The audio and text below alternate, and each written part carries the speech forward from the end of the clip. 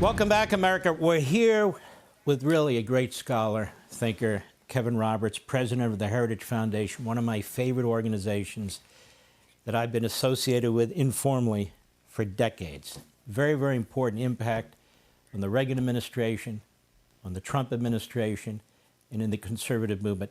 Kevin Roberts, you have been emphasizing in your public statements the family. And this is very important because we talk about the individual a lot. Milton Friedman, who's considered a libertarian, I remember listening to him as a young man, and he even said, we talk about the individual a lot, but we don't talk about the family.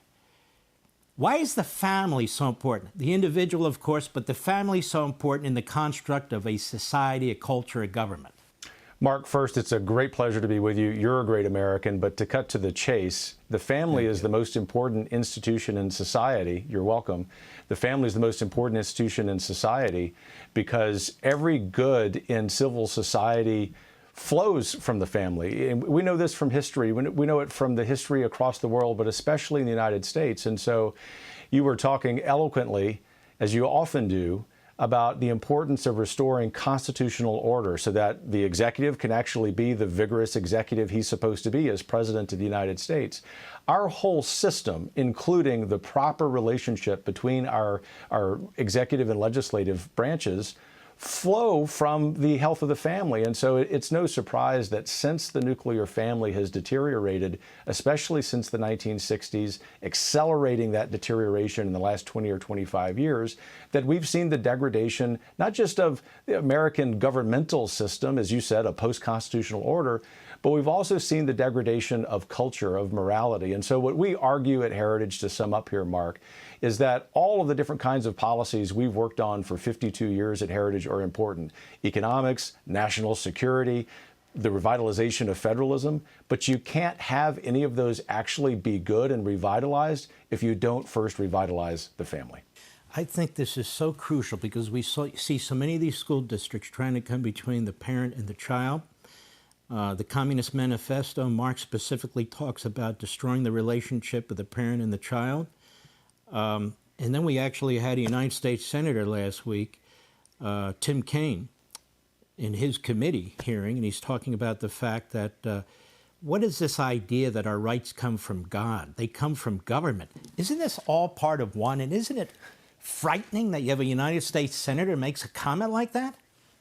It's frightening. And you think about that Tim Kaine isn't just a U.S. Senator. He is from the Commonwealth of Virginia, from which so many of these ideas sprang and were refined. It's not just an embarrassment. It's actually scary because it revealed really that the project of the left, as we've been saying at Heritage for years, as you have, isn't just to have larger government that's more expensive, a weaker national security, allowing 20+ million illegal aliens to come in.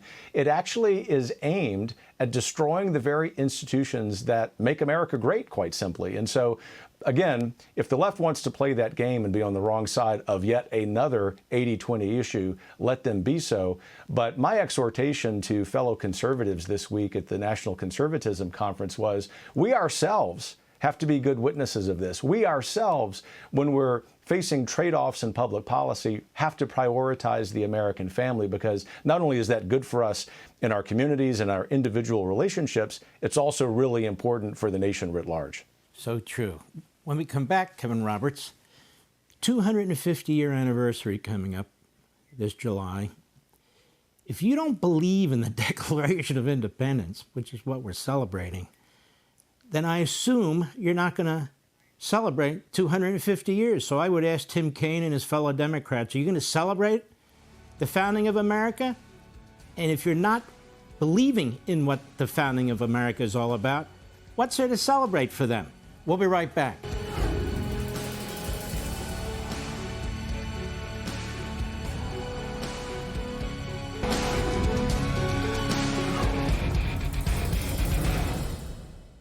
Welcome back, America. We're here with Kevin Roberts, president of the Heritage Foundation. You know, Kevin Roberts, our founders understood the family and the relationship, family, God, civil society, the Enlightenment, morality, beliefs, and values. Isn't that what distinguishes the United States from basically every other country on the face of the earth? It is. I mean, our society is unique historically in so many different respects. And as I was thinking about this years ago as an academic, as an early American historian, but now as a public policy leader, I realized it's the most important of those many unique aspects between the United States and the rest of the world. Even when I travel to Europe, which we do often at Heritage because we're trying to revitalize conservatism there too, Mark, one of the distinguishing characteristics between the United States and, say, Spain, the United States and France, even the United States and the United Kingdom, is the emphasis that we have always placed since the colonial era on the family. It's actually the reason that A, we were able to win the American Revolution, B, we were able to, 11 years after the Declaration, craft the Constitution, and C, most importantly, until the late 20th century, have one of the most stable societies, if not the most stable society in the history of the world. The fact that here in the 2020s, we're facing so many problems, even with President Trump, God bless him, fixing so many of them quickly, we have to understand that getting at the root cause of these problems means that we have to restore the American family. We really have to see all public policy, all national security decisions through that lens. Do you think, well, first of all, I don't think we're going to get from government restoring the family, but there are things the government can do to help nurture and support the family. So there's a lot of things going on when we talk about the family. But one of the things I think we agree is we don't want the government coming between children and their parents. Schooling seems to do that in a lot of these government schools. Government policies seem to do a lot of this and so forth and so on. And what you're saying is, look, when we're legislating, when we're making decisions, when we're regulating, when you go through a whole list of things you're considering, you better put the family at the top. Isn't that your point? That's precisely the point. And, you know, at Heritage, we don't wake up and say government's the solution for anything. It's most often the problem. But what we are saying is that there are real long overdue needs for correction in federal policy, especially to eliminate the several disincentives to marriage, especially in safety net programs. We also believe at Heritage, as we will be analyzing in a forthcoming study, that there could be a potential role for government to actually incentivize marriage and increase the birth rate through the tax code. There are trade-offs with that. But our argument is that you're not going to address the American family's needs. You're not going to address workforce needs, or at least you ought not, through immigration, especially when it's illegal. And so what we're trying to do here at Heritage, Mark, is reset the table, this conversation at the federal level and also the state level, for us to be innovative and imaginative as conservatives, still applying limited government principles, that if in fact we're going to pass a law, whether it's directly related to family formation or not, let us put at the top of the list whether or not this law is going to be advantageous or disadvantageous to increasing the marriage rate and the birth rate. You know, it is amazing all the so-called special interest groups are out there, and families never seem to be on that list. And they're not a special interest group. They are the heart and soul of America.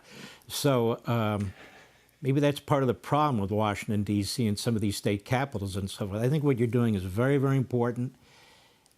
I've always felt the way that you are promoting this view, but I've never expressed it enough, and I think I really need to.